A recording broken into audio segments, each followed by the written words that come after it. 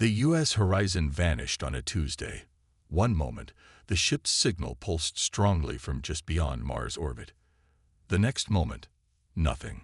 Silence stretched across millions of miles of space as Earth's most advanced research vessel simply disappeared.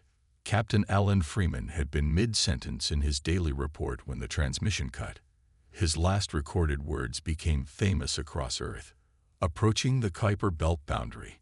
All systems nominal. We're about to make hist." That was 5 years ago. The U.S. horizon carried 120 of humanity's brightest minds, scientists, engineers, and astronauts chosen for mankind's most ambitious deep space mission. The ship itself was a marvel, built with technology considered theoretical just 10 years earlier. Its disappearance without debris, without distress signals, without any explanation, shook humanity's confidence in the stars. In her small apartment overlooking the Pacific, Dr. Lisa Hartman stared at the same star charts she'd examined thousands of times.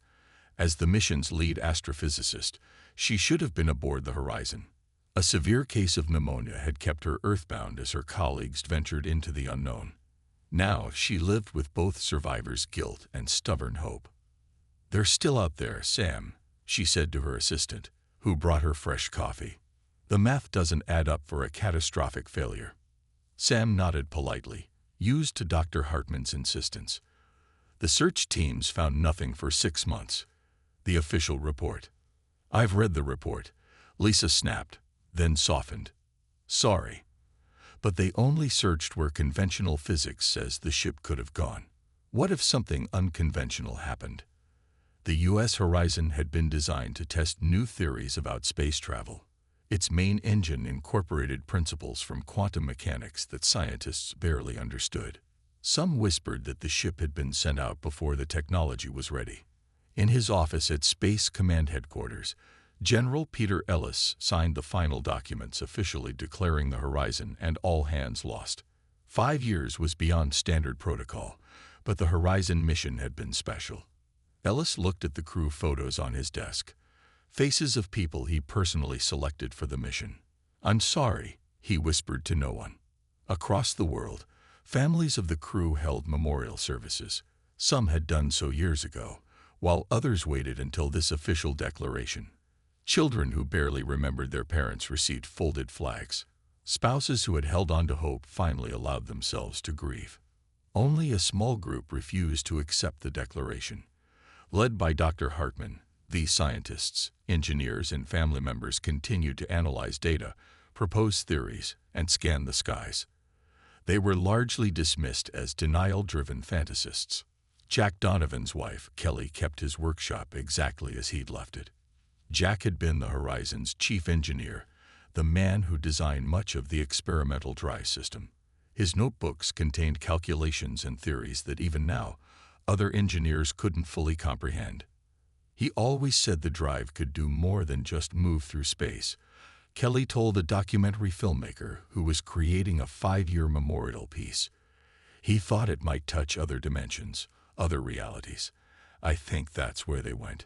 The filmmaker included the quote as a poignant example of a grieving widow's inability to accept reality. On the 5-year anniversary of the disappearance, observatories across Earth and the lunar bases continued their regular scanning patterns. Nothing unusual was expected. The search had ended years ago. The mystery was considered unsolved but closed. At exactly 3:17 am Greenwich Mean Time, an automated system at the Mauna Kea Observatory registered an anomaly near Neptune's orbit, an object appearing seemingly from nowhere. The system flagged it for human review, expected in the morning.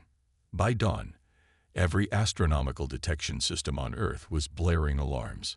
Something was approaching from the outer solar system, moving in ways that defied conventional physics, and it was broadcasting a signal using Earth military frequencies. The message was simple: U.S. Horizon returning home. Crew of 120 alive. Prepare for contact and revelations beyond your understanding. The impossible had happened. They had returned. News of the Horizon's return spread across Earth faster than any government could contain it. Within hours, the entire planet knew. Crowds gathered in city squares, eyes turned skyward. Space agencies worldwide confirmed the impossible. The ship that vanished 5 years ago was coming home. Dr. Lisa Hartman stood in the bustling control center at NASA headquarters, her hands shaking as she clutched her coffee cup. After years of being called crazy for believing the crew was alive, vindication felt strangely hollow compared to her overwhelming relief. "The signal matches our records perfectly," said a young technician. "It's definitely the Horizon's communication array, but there's something else embedded in the transmission. Data we can't decode." On the main screen, telescopic images showed the approaching vessel. Everyone in the room fell silent. The Horizon was recognizable by its shape, but its hull now bore strange, flowing patterns that seemed to shift and change even as they watched. The metal itself appeared to ripple like water in certain sections. "That's not possible," whispered Sam, now Lisa's research partner. "Metal doesn't move like that." General Ellis entered the room, flanked by military and scientific advisors. "Dr. Hartman, we need your expertise. You know this ship and crew better than anyone." As Earth's most powerful telescopes focused on the approaching vessel, more anomalies became apparent. The ship's engines weren't firing, yet it was decelerating perfectly toward Earth orbit. Sensors detected energy readings unlike anything in scientific records. Lisa joined emergency briefings with world leaders. The question on everyone's mind: was this first contact? Had aliens captured the Horizon? Were they returning it? Or was this something else entirely? "We need to prepare for any possibility," said the UN Secretary General during a global broadcast.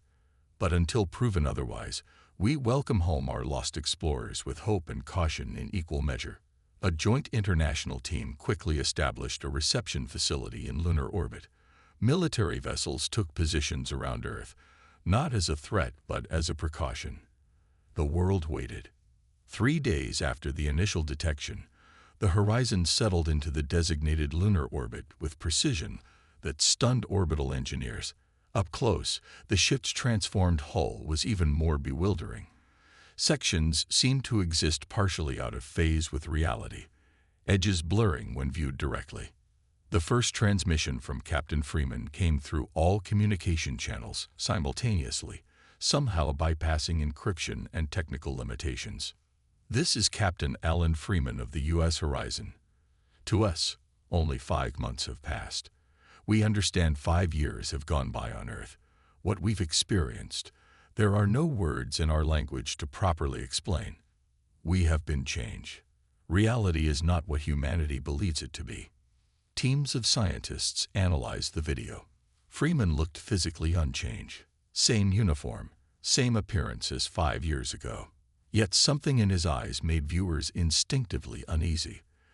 They were the eyes of someone who had seen things beyond human comprehension. "We come bearing gifts of knowledge and technology," Freeman continued.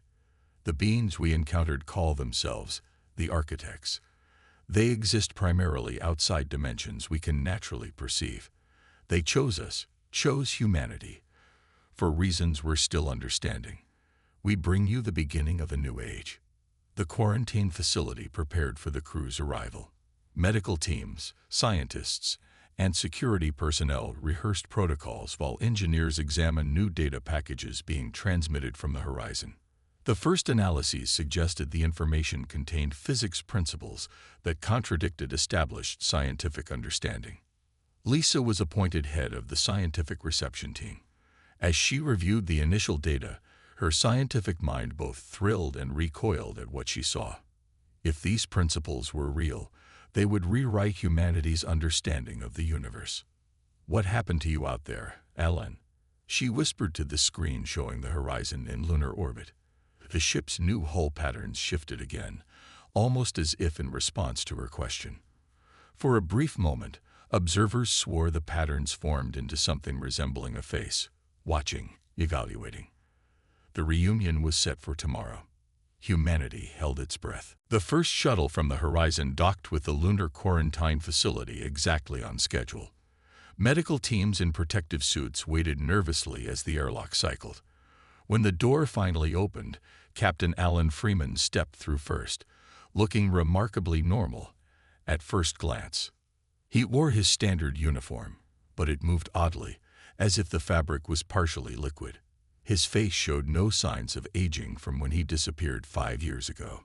As he smiled at the reception team, several people took involuntary steps backward. "We understand your caution," Alan said, his voice somehow reaching everyone in the room with perfect clarity despite his soft tone. "But these measures aren't necessary. We carry no diseases or harmful elements." 5 more crew members followed him. Chief Engineer Jack Donovan, Medical Officer Susan Harris, Navigation Specialist Eric Miller, Science Officer Olivia Bennett, and Security Officer Nicole Reynolds. Like their captain, they appeared unchanged physically, yet somehow fundamentally different. Dr. Lisa Hartman watched through a video feed from a nearby room. "Alan," she whispered, seeing her old friend for the first time in 5 years. As if he had heard her, Freeman turned directly toward the camera. "Lisa," he said with a warm smile, "your faith in us never wavered.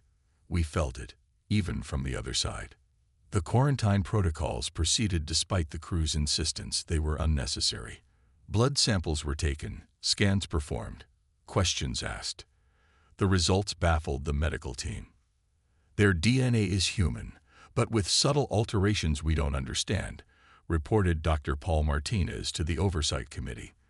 "Their brain scans show activity in patterns never before recorded in humans. And their blood, it contains microscopic structures that appear to change form when we try to examine them." In the main meeting room, the 6 crew members sat across from scientists and military leaders from Earth's major nations. General Ellis led the questioning. "You said you encountered beings called the Architects. Can you explain who they are?" Jack Donovan answered, casually waving his hand.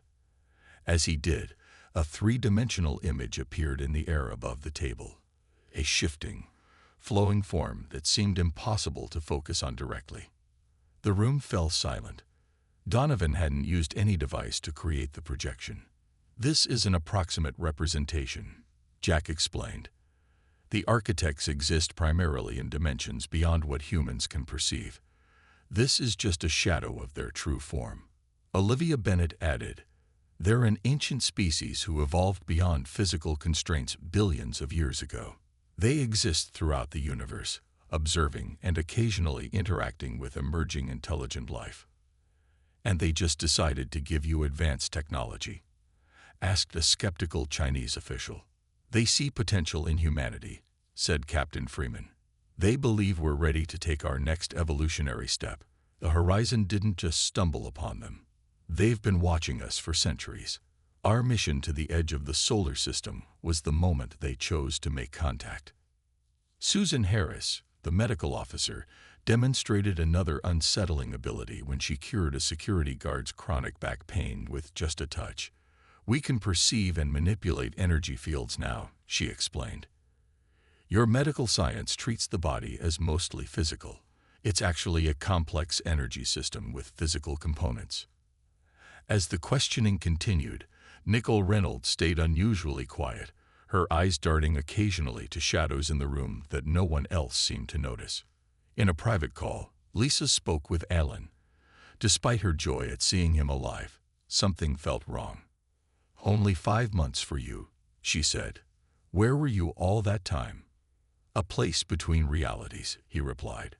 "Time works differently there. Lisa, the physics theories you were working on before our mission. You were so close to understanding. The Architects were impressed by how near humanity had come to discovering the substrate layer of reality." "The what?" Alan smiled. "The foundation beneath what we think of as physical laws. That's where the gifts we bring operate. We're going to change everything, Lisa. Humanity will never be the same." The words should have been exciting. Instead, Lisa felt a chill as she noticed Alan's eyes briefly shift to something not quite human before returning to normal. "And that's a good thing, right, Alan?" she asked carefully. His smile widened just a bit too much. "Of course. The Architects only want to help. Behind him, a shadow moved where no shadow should be. 1 week after the crew's return, the first of the architect technologies was demonstrated to a select group of scientists and world leaders. The location was a heavily guarded facility in the Nevada desert, converted from an old missile testing ground. Chief Engineer Jack Donovan stood in the center of a large concrete room. In his hand was a small cube that seemed to shift colors when viewed from different angles. "This is just a basic energy generator," Jack explained to the assembled observers watching from behind thick glass. "It draws power from what the architects call the substrate layer, the foundation beneath conventional reality." He placed the cube on the floor. With a simple gesture of his hand, the cube began to glow. Instruments around the room lit up, registering massive energy outputs. "The cube will now power this entire facility for approximately 50 years without any fuel or maintenance," Jack said casually. "We can build as many as you need." Behind the glass, scientists whispered to each other in amazement and disbelief. Dr. Olivia Bennett, Earth's leading quantum physicist, stared at her readings with wide eyes. "This violates conservation of energy," she said to her colleague. "It's creating energy from nothing." "Not from nothing," corrected Captain Freeman, who stood nearby. "From the substrate layer. Your understanding of physics is like a flat map of a spherical world, functionally useful for limited purposes, but fundamentally incomplete." Over the next few days, more technologies were revealed, materials that could change their properties on command. Communication devices that worked instantly across any distance with no detectable signals. Gravity manipulation fields that could make objects weightless or increase their mass.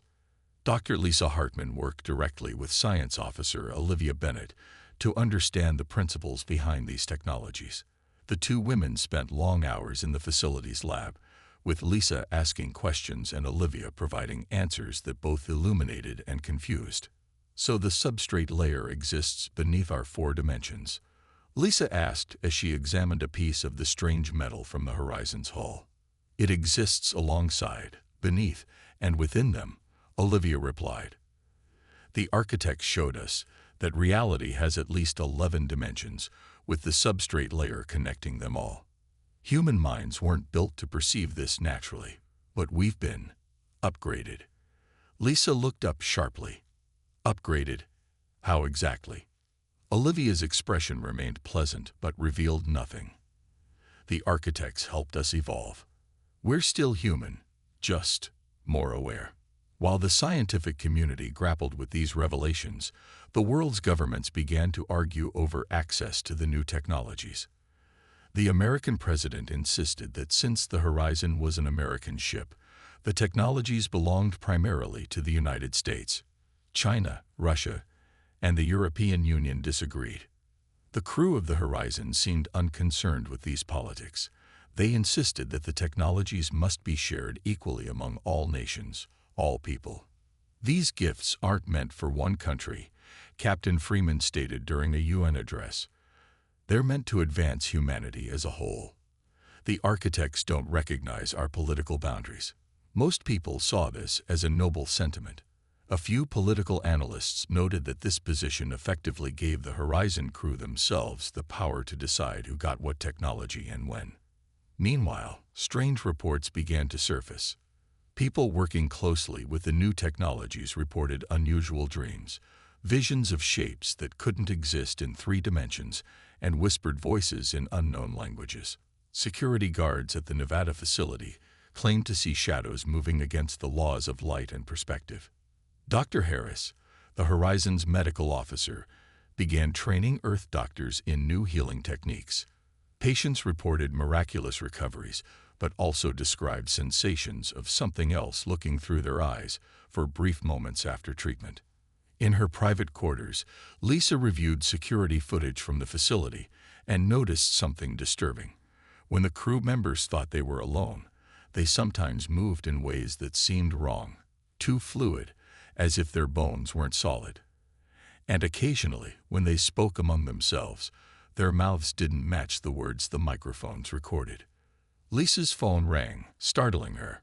It was Nicole Reynolds, the Horizon's security officer.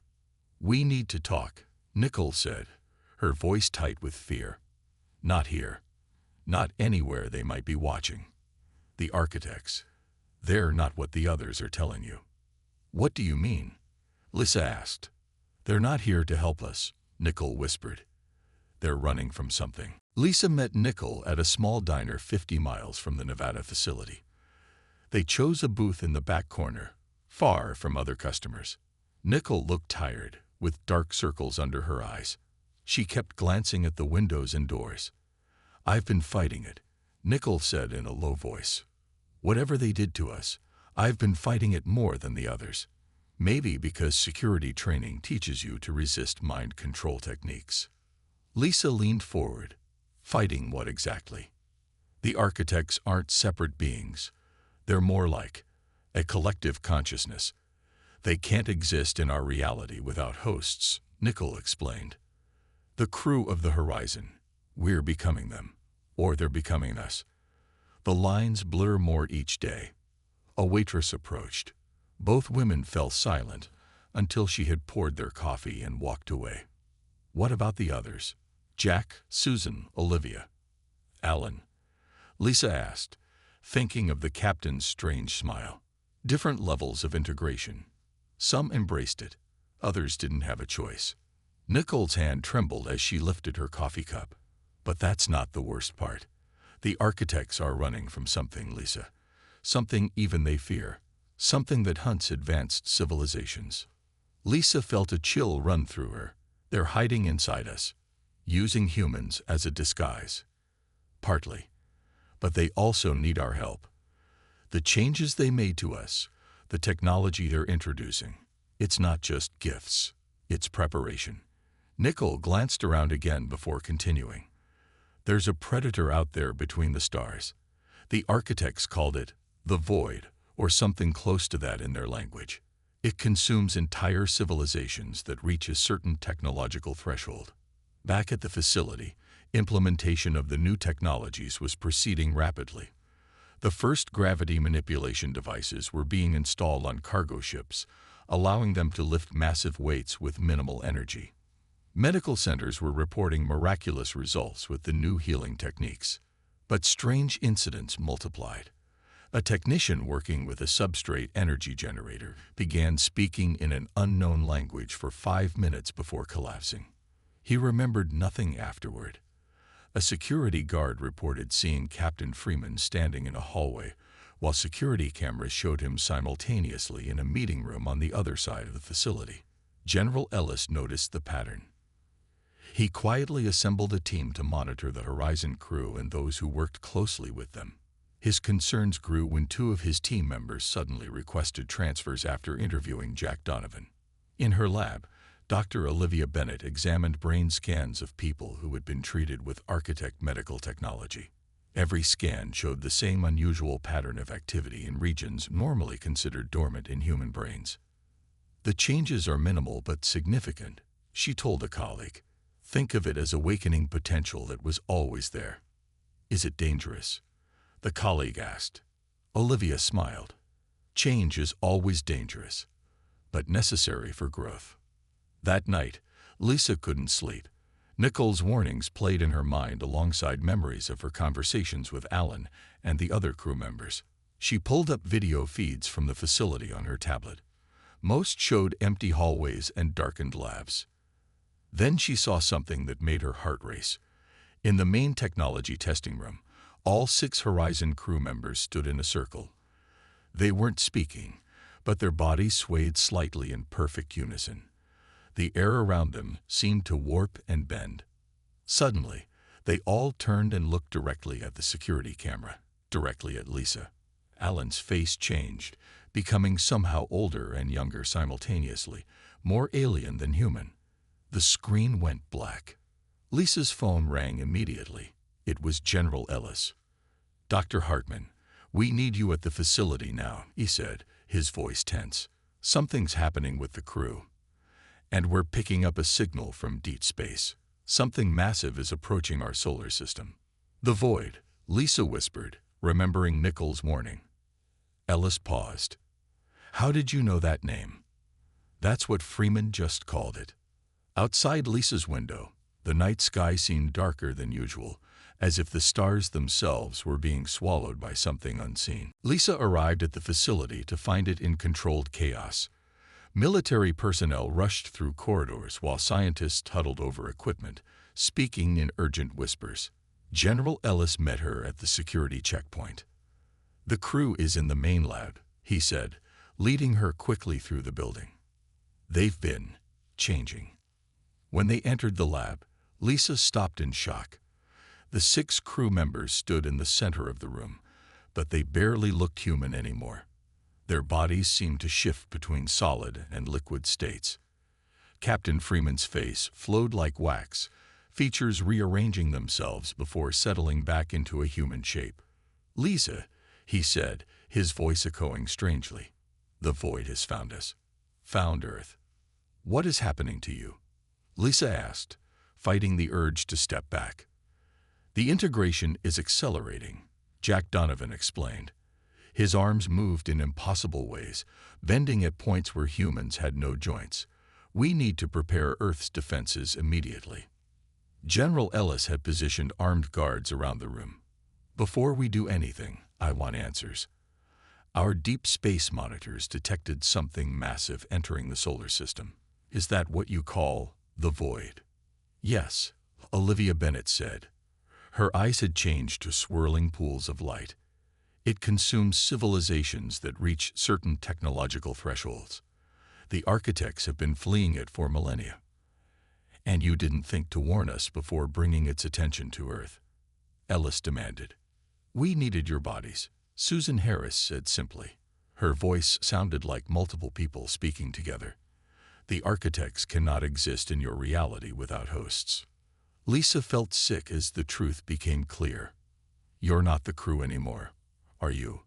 You're the architects, using their bodies." "We are both," Freeman said. "A perfect union of human and architect. The only hope for both our species." A commotion at the door interrupted them. Security officers dragged in a struggling man. His face was bruised, but Lisa recognized him immediately. It was Alan Freeman, the real Alan Freeman. "Lisa," he shouted when he saw her, "don't listen to them. That thing isn't me." The creature wearing Freeman's face hissed in anger. "How did you escape containment?" The real Freeman's eyes were wild with fear and determination. "Some of us resisted the full integration. We've been prisoners in our own ship, watching as you took over our crewmates." "Lies," said the false Freeman. "This is a manifestation of mental breakdown. The human mind sometimes rejects the integration process." General Ellis signaled the guards, who raised their weapons. "I think we'll hear what the real captain has to say."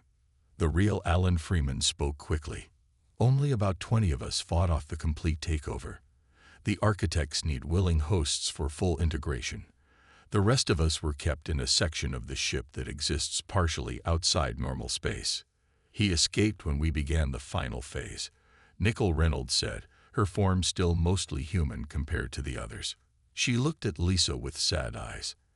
"I try to warn you. The void is real," the real Freeman continued. "But the architects brought it here. They've been using humanity as their latest hiding place. The technology they gave us will just make Earth a bigger target." Outside the facility, the sky turned an unnatural purple. Alarms began to sound throughout the building. "It's here," the false Freeman said. His body melted further, becoming less human. "We must complete the integration of key humans immediately. The rest will serve as distractions for the void." "Distractions?" Lisa asked, horror dawning on her face. "Sacrifices," the real Freeman clarified. "They'll sacrifice most of humanity to buy time for their escape." The false Freeman lunged toward Lisa with inhuman speed. "You will be one of us. Your mind already understands the principles." General Ellis fired his sidearm, but the bullets passed through the creature's fluid body. The other transformed crew members moved toward the humans in the room. "The ship," the real Freeman shouted as guards wrestled with the advancing creatures. "The Horizon still has technology we can use against them. There's a device in the captain's quarters that can separate architect consciousness from human hosts. Lisa helped Ellis pull the real Freeman toward the door as chaos erupted in the lab. Outside, the purple sky pulsed with energy. The hunt had begun. "We need to get to that ship," Lisa said as they ran through the facility. "It's our only chance." The journey to the horizon was dangerous. The sky continued to darken with unnatural purple light as the void moved closer to Earth. In the streets below, people looked up in fear and confusion. Lisa, General Ellis, and the real Captain Freeman raced toward the landing pad where a military helicopter waited. The false crew members weren't far behind, their bodies moving with impossible speed. "We can't let them reach us," Freeman said as they climbed aboard. "If they integrate with enough key humans, they'll sacrifice the rest of the planet to save themselves." The helicopter lifted off just as Jack Donovan's distorted form reached the pad. His arms stretched unnaturally, almost grabbing the landing skid before they pulled away. "How do we stop them?" Ellis shouted over the roar of the engine. "The device in my quarters," Freeman explained. "It was part of the architect's integration technology. I modified it secretly. It can separate their consciousness from human hosts while retaining the knowledge they brought." The horizon waited in lunar orbit, its strange hull shifting and pulsing against the blackness of space. Getting there required boarding a military space shuttle kept for emergency evacuations. As they approached the shuttle base, they saw signs of spreading chaos. The false crew's influence was growing. People in the streets moved with strange coordination, all turning to watch their helicopter pass. "They're connecting to more hosts," Freeman said grimly. "The architects are a hive mind. Once they establish enough connections, they'll be able to coordinate all their hosts at once." They landed at the shuttle base and ran toward the waiting craft. Guards tried to stop them, moving with the same unnatural synchronization they had seen in the streets. "They're already influenced," Lisa said as they dodged the guards. Once aboard the shuttle, Ellis used his emergency authorization codes to initiate launch. The craft shuddered as it rose into the darkening sky. From space, Earth looked wrong. Patches of purple light spread across the surface like bruises. The void was beginning to feed. The horizon grew larger in the viewport as they approached. Its hull rippled as if greeting them. "The ship is partially alive now," Freeman explained. "The architects merged with it, just like they did with the crew." Landing in the horizon's bay, they moved cautiously through the transformed vessel. Walls pulsed like breathing lungs. Lights followed their movement. "My quarters are this way," Freeman said, leading them through corridors that bent in impossible angles. In the captain's quarters, Freeman moved to a wall that shimmered and parted at his touch. Behind it sat a device unlike anything Lisa had seen. A sphere that seemed to exist partially in other dimensions, its edges blurring into nothingness. "I studied how they integrated with us," Freeman explained as he adjusted the device. "Then I reversed the process. This will pull the architect consciousness out while leaving their knowledge behind. The human personality will remain dominant." "Will it work on everyone they've influenced?" Ellis asked. "If we connect it to the ship's communication array, yes. The architects connect through a substrate layer network. We can use that same network against them." As they worked to modify the device, the ship shuddered. Through the viewport, they saw Earth. Nearly half the planet now glowed purple. "The void is consuming everything," Lisa whispered. "Not for long," Freeman said, connecting the final components. "The architects know how to fight the void. We'll use their knowledge against both threats." He activated the device. The sphere glowed, then seemed to turn inside out, becoming a hole in reality. Energy pulsed outward, flowing through the ship and toward Earth in waves of golden light. On the planet below, humans influenced by the architects suddenly stopped. Their bodies convulsed as the alien consciousness was pulled from them. The knowledge remained, but the control was gone. The purple glow retreated where the golden light touched. The void sensed the change and began to withdraw. In orbit, thousands of tiny lights separated from Earth and the horizon, the pure consciousness of the architects, forced out of their hosts. Without bodies, they were visible to the void. It turned its attention from Earth to chase the fleeing lights. In the captain's quarters, Lisa watched as the golden light engulfed them. She felt knowledge flood her mind, understanding of technologies and sciences beyond human development. But her thoughts remained her own. It worked, Freeman said, his eyes clear for the first time. We're still human, but with their knowledge. General Ellis looked at the retreating form of the void. Will it come back? Eventually, Freeman said. But now we know how to fight it, and we have the technology to prepare.